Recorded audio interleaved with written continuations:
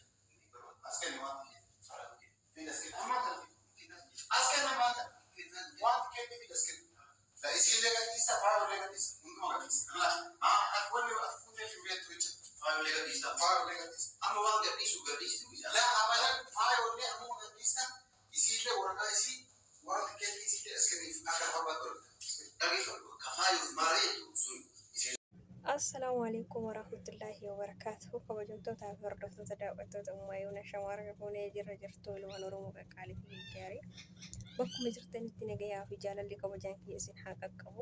Ani nagaa jira alhamdulillah. Egaa har'as deebii dhufee jira. Jirtu warri maatii kiyya faaraa taatan maatii naaf tayaa jaalalaa fi kabajaan isin gaafadha. Akkasuma warri dura maatii kiyya taatan baga nagaan na eegdanii laayik gochuudhaan walaa jajjabeessuun ilmaan Oromoo qaqqaalii fi gaarii bakkuma jirtanitti.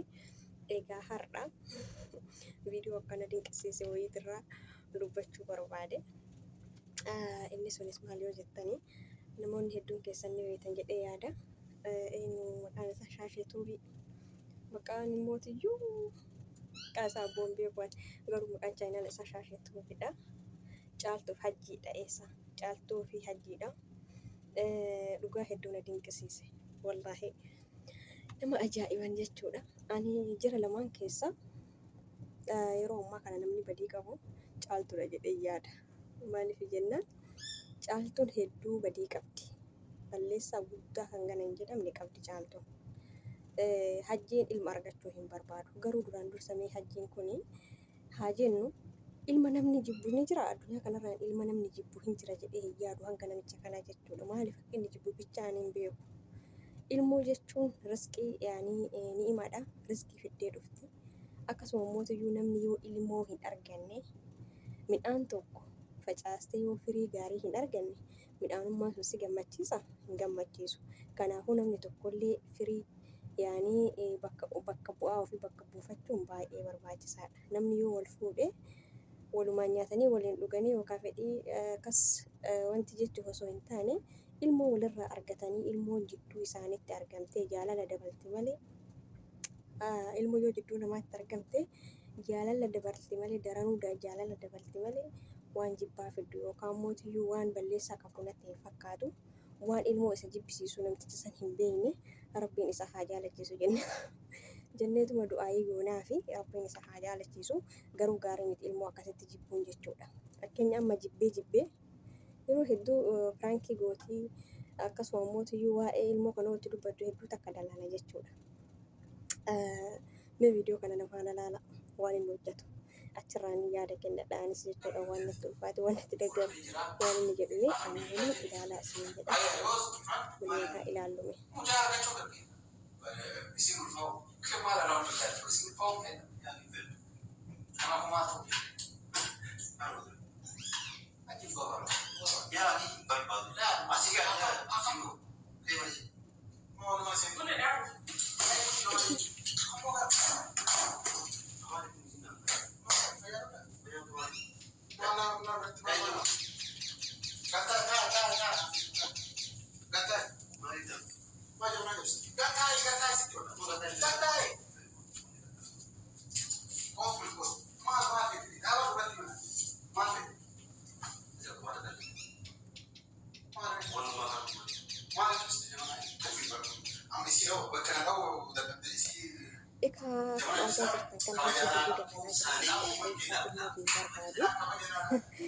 Ilmu akkasitti jibbuun gaarii miti. Maaliif jennaan amma ilmu akkasitti barbaanne sa'atii inni argachuu barbaadetti fakkeenyaaf sa'atii inni yookaan addunyaa horadhee yookaan beeynada ta'ee ilmu argatee yaadutti yeroo sanitti yookaan argachuu danda'u. Inni seeraa jechuudha. Kanaafuu gaarii miti. Ilmoon biyya manuma keessatti ilmoonni himadhaan argachuu hedduu barbaachisaadha. Ammallee dabalaan guddatanii nama guddaadha. Ilmoo lamaa sadii argachuu biyya kanatti jechuudha. Akkanatti jechuun illee ammoo ilma argatin taa'ee achirraa ilmoo jennaan akkatti dallanuu isaa wallaahi akkaan ajaa'iba akkana maali garuu hanga fedhe biyya namaa keessa illee yoo jiraatan namni ilmoo takka guddifachuu hin dadhabu. Ilmoo takka guddifachuu hin dadhabu. Gidduu isaanii erga inni dhalatee ilmoo takka guddifachuu hin dadhabu. Yoo dura qixxaa takka nyaate qixxaa gimmaasha nyaate gimmaasha ilmoo isaa nyaachisuu waan dura guutuu nyaatu irraa gimmaasha ilmoo isaa nyaachisee ofii isaa kunuunsa nyaatee jiraachuu qaba. Maal isaa godha garaa isaa bicha guuttatee nyaachuun faayidaa isaa osoo du'e boruu ilma isaa godhanii ittiin waaman. Garuu isa kana hundaayyuu waan jalaa cufaaf hin beekne yoo ka garuu firaankii ta'uu baatu ta'e jechuun wanni hin dubbatu kuni fakkeenya namaaf ta'uu waan gaarii dalaganii jennaan warri ol bayanii nuti barataanii jechuun uummata afootti waa daddabaratan sila waan gaarii dalaganii uummataaf yaanii warra jechuun hordoftoota isaaniitiif waan gaarii waan barumsa irraa qabu akkasuma inni jechuu qabu jennaan yeroo inni ilmoo jibbuun isaa kun wallah akkaan nama dinqisiisaa kan jechisiisa. Egaa akkasii waa'een hajjii caaltuudhaaf wayitii jechuudha. Caaltuun balleessaa qabdee kan hin jedhee fi balleessaa guddaa qabdi dhugaa rabbii dubbachuu maaliif jennaan tokkoffaa hajjiin gisuma isiin biyya hin galeessaniyyuu akka ilmoo argachuu barbaadu isiin gara ilmoo argachuu argaa turte waan kan hunda keessa dabalatee biraa deemtee galte itti as deebi'uun ishee kan balleessaa guddaadha. Maaliif nama hojjechuu biyya tokkotti deemtee as deebitee mataa ofii dhukkubsuun gatii isii hin qabu waan ta'eef jireenya isiitiif gaarii miti waan ta'eef isallee rabbiin riskii habaasu isillee rabbiin riskii na habaasu jetteetu itti dhiisuu didda akkuma itti dhiiftetti garuu intala dhalaati nam tokko eega nam tokkotti dabalame isuma wajjin yaanii yeroo dheeraa jiraatte akkas filatti dubartiin jechuudha. Haa ta'u itti deebitee jirti balleessaan isii itti deebi'uun kuni badii isiiti. Nama hin jijjiiramnetti nama ilmoo hin argannetti maal gooti midhaan nyaattee jiraachuu ta'e warra ofiittuu nyaattee jiraatti. Akkasii nama ilmoo hin barbaannetti deebi'uun isii dogongora. Ka ilmoo isii hin jaalanne isii iyyuu hin jaalatu si jammara. Namni ilmoo hin jaalanne isii bicha jaalatee maal godha? Isii bicha jaalatee osoo durumallee sirri jaalatuu baatee gaafa ilmoo argate dhiirri tokko gaafa ilma argate irra haadha manaa isaa daranuu jaalatuu qaba. Ilmi isaa sallaalee daranuu jaalachuu qaba jechuudha. Inni akkasii lammaffaa mootiyyuu balleessan caaltuu erga ulfooftee amma silaa ulfooftee jirti. Erga ulfoofte jalqaba osoo abbaa manaa isiititti himin nama biraatitti himtee nama biraa wajjin fakkeenya abdiitti himtee abdii wajjin mana yaalaa deemtee marammaramuun isii sun sirrii miti. Sirrii miti dhibbaan dhibbatti sirrii miti. Ni dallansiisa dallanii jirallee kun jalqabumaaf natti himne jedhaanii jira. Bakka kanatti sirrii jira hajjiin jechuudha. Caaltuun bakka kana dogoggora qabdi. Maaliif jennaan haga fedhellee waan fedhe yoo ta'e yoo isimallee katumus ta'e abbaa manaa isiitii seeraan qas jettee suuta jettee jechuudha. Suuta jettee awwala abbaa manaa isii sanii himuu qabdi malee jalqaba namni biraa dhagee nama biraatirraa waliin teettee itti himuun mamnu'a guddaadha. Odoo abbaan manaa hin dhagein abbaan manaa duuba adda isii deemtee osoo marammaramtee ilaallamtee ergasii itti himtee okey yoo inni irraa fudhatu didi nama wajjillee walitti himtee okey garuu osoo hajjiitti hin himin dura dhayxee isiin mannoo abdii waliin deemtee marammaramtee deebitee hajjitti himuun isii sun dogongoraa jedhee yaadaan akka kiyyatti jechuudha. Haga fedhellee ta'u oomisiitii himuu qabdi abbaa manaa isii. Abbaan manaa isii abbaa manaa isiiti. Namni yeroo hunda jaarsummaadhaan jiraata hin jiraatu. Jaalalaan yoo hin ta'in jaarsummaa yeroo hunda namni jidduu namaa deemete hin danda'amu. Bakka sani dogoggora qabdi jedhee yaada. Egaa akkasii yaadni kiyya kana fakkaata. Mee isinillee yaada qabdan koomantii jalatti barreessaa maal jettan hordoftoota kiyya. Caaltu dhabuu hajjiti sirrii hin jirre jettanii yaaddamee ilaalaatii viidiyoo kana yaada qabdan isinillee koomantii jalatti akkana barreessitan abdii guddaa qaba. Akkasii akka viidiyoo biraatii walitti deebinutti. Assalaamu alaikum warahmatullaahi wabarakaatuhu. Nageenyaatti viidiyoo kana laayik sheer gochuudhaan ajjii biraan gaya. Akkasii isiniin jedha nagaa naaf qabaadhaa. Yeroo gaarii baay'ee.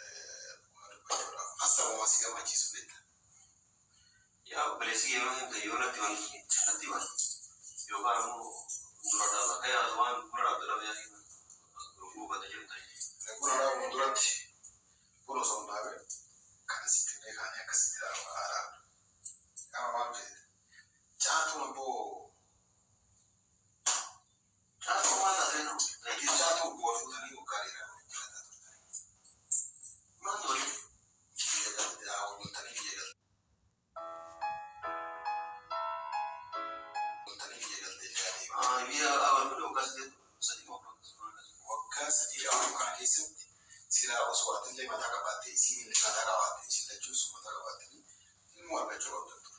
Osoo ilmoo argatiin hagana ta'u kun kaa'anii guutan. Garuu rabbi ilmoo isinii kennuu qaba. Eegaltee. Rabbi ilmoo isinii kennuu qaba. Atama waan bareedan dubbisee waan biraan rabbi ilmoo isinii kennuu qaba. Ilmoo ni feetu rabbi ilmoo isinii kennuu qaba. Rabbi ilmoo isinillee walumaa qaba rabbi isinii ilmoo isinii haa kennu. Du'aa waraabne aamin kadha du'aa hin kana. Aamin jedhati. Du'aa jedheera. Yaa kiyyaa kun dhaabbiraa yoo. Aamin jedhika. Akkuma waliin waliin waggaa dheeraa waliin jiraata turtan inni argachuu qabda. Inshallah guyyaa mara gaafa keessatti ilmoo namaa erga addunyaa kanarra jiraattee ilmoo qabaattee yoo jettee yoo duutellee ilmoo ofii isaanii yaadatan jechuudha. Garaa yoo duute immoo ol deebitee bakka duute sanii ol kaatee wanni kun sirrii miti waan kana sirreessaa jechuun dandeessu erga duute duute. Dhumatti addunyaa jechuudha. Amma kanaafuu baaba kana maa bakka ilmoo qabaachuu qabdaa.